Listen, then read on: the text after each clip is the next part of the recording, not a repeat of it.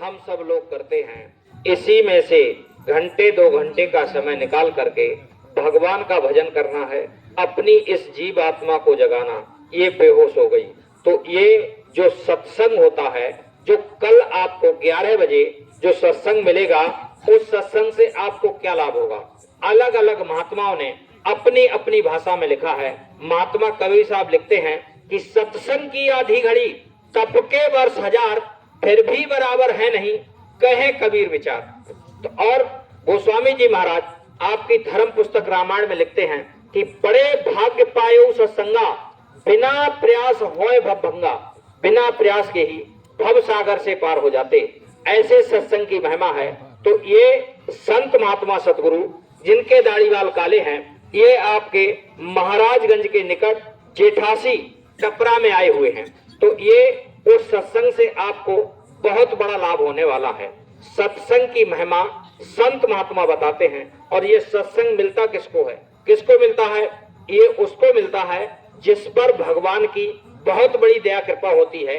इसके लिए महात्मा आपकी धर्म पुस्तक रामायण में लिखते हैं कि बिन सत्संग विवेक न होई, और राम कृपा बिन सुलभ न सोई।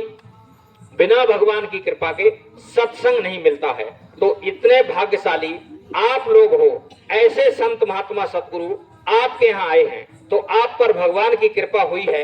तो आप जरूर आइएगा और भगवान के पाने का आपको रास्ता मिलेगा, जिसका नाम नामदान कहते हैं। नामदान बहुत बड़ी चीज होती है। नामदान के लिए महात्माओं के यहाँ राजा महाराजे 12-12 साल तक वहां सेवा किया, तब वो नामदान जाकर के मिला। आपको आपके घर बैठे ये नामदान देने ऐसे संत महात्मा सतगुरु आए हैं, जिनके दर्शन से आपको बहुत बड़ा लाभ होने वाला है। तो महात्मा कहते हैं कि संत मिलन को जाइए तज माया अभिमान, और जोई जोई पग आगे धरो कोटिन यज्ञ समान। आप एक एक कदम रख करके जाएंगे तो आपको करोड़ों युगों का यज्ञों का फल मिलेगा। तो आप लोग जरूर वहां आएंगे और प्रसाद मिलेगा। उस प्रसाद के खाने से बीमारियों में लाभ होता है, उससे बहुत बड़ा फायदा मिलता है। तो आप लोग जब आएंगे तो आप नामदान मतलब प्रभु प्राप्ति का रास्ता, इसी शरीर में जीते जी भगवान का दर्शन पाया जाता है, मरने के बाद नहीं। मरने के बाद कभी नहीं मिलता, जब भी मिलेंगे जीते जी मिलेंगे। और ये शरीर दोबारा नहीं मिलता, ये सिर्फ एक बार मिलता है, सिर्फ एक बार मिलता है। बहुत बहुत दूर से संत महात्माओं के दर्शन करने के लिए लोग मथुरा आते हैं, बहुत बहुत दूर से। ऐसे संत महात्मा सतगुरु आपके यहाँ आ गए, ये आपके लिए बहुत बड़े सौभाग्य की बात है। तो आप लोग एक बार जब उनका दर्शन करेंगे तो आपको खुद ही पता लग जाएगा कि कितनी बड़ी शक्ति आपके यहाँ आपके दरवाजे पर आई है।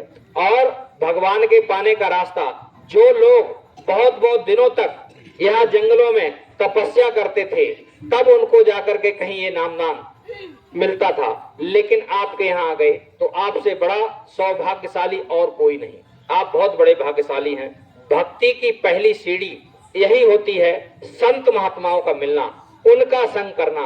ये आपकी धर्म पुस्तक रामायण में लिखा है कि प्रथम भगत संतन कर संगा, दूजे रत मम कथा प्रसंगा।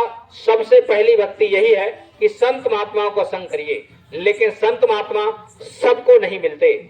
जिस जीव पर भगवान की बहुत बड़ी दया कृपा होती है, परमात्मा जिस जीव को अपने में मिलाना चाहता है, उसको संत महात्माओं के पास भेज देता। तो ऐसे संत महात्मा सतगुरु जो है आपके यहाँ आए हैं, और आप उनसे मिलिए और उनसे नामदान जगह बना है क्या?